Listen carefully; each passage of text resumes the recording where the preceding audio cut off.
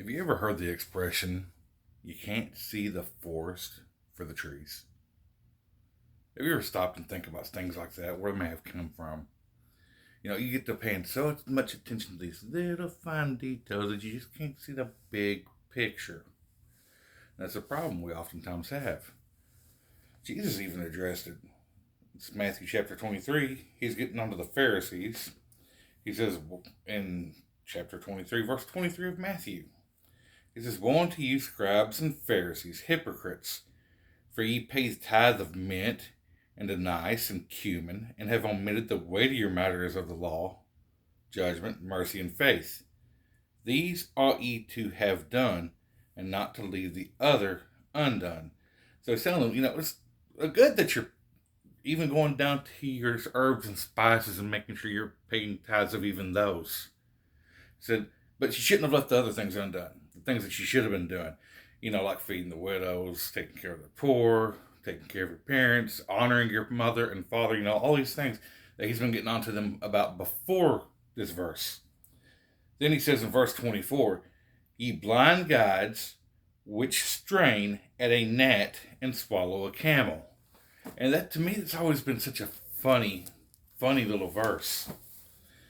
Just imagine, okay, if you don't understand what they're talking about, straining at a gnat, they have their wine or water pitchers, and they don't want to accidentally swallow a gnat, because just like a camel, a gnat is considered unclean. They're not supposed to consume it. So they'll take a filter of some sort, like a cloth or whatever, and they'll pour their drinks through it into their cups to make sure that any impurities, dirt, gnats, whatever, don't get into their drink.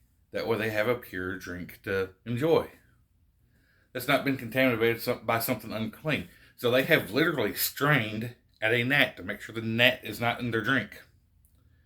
And they're so focused on this little bitty gnat that they didn't notice the camel that came walking down the road and just walked right into their mouth. They swallowed a camel. They did something that's even bigger than the little things they're trying to make sure they don't do. You understand what I'm saying?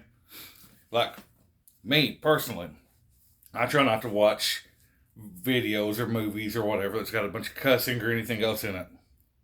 It'd be like me trying to make sure I'm not watching a video that's got a cuss word in it, but then I go out and commit murder and think nothing of it. Let's liken them to that. So you got these guys, they're making sure that they're paying so much attention to these small little fine details of the law. They're circumcised. They're not eating anything unclean. They're tithing even the smallest of their herbs and their spices. But they're ignoring the widows. They're ignoring the orphans. They're ignoring taking care of one another, loving one another. And if you look in James chapter 1, verse 27, we're told pure religion and undefiled before God and the Father is this: to visit the fatherless and widows in their affliction, and to keep himself unspotted from this world. So it's not enough that we just try to make sure that we're following the law, that we're not committing sins and all these other things. But we need to make sure we're looking towards other people, helping those that are in need when we can and as we are able. Not everybody's able to help those that are in need, because some people are in need themselves. And you can't help everybody. But for us just to ignore our fellow man, what is the most important thing we can give another person?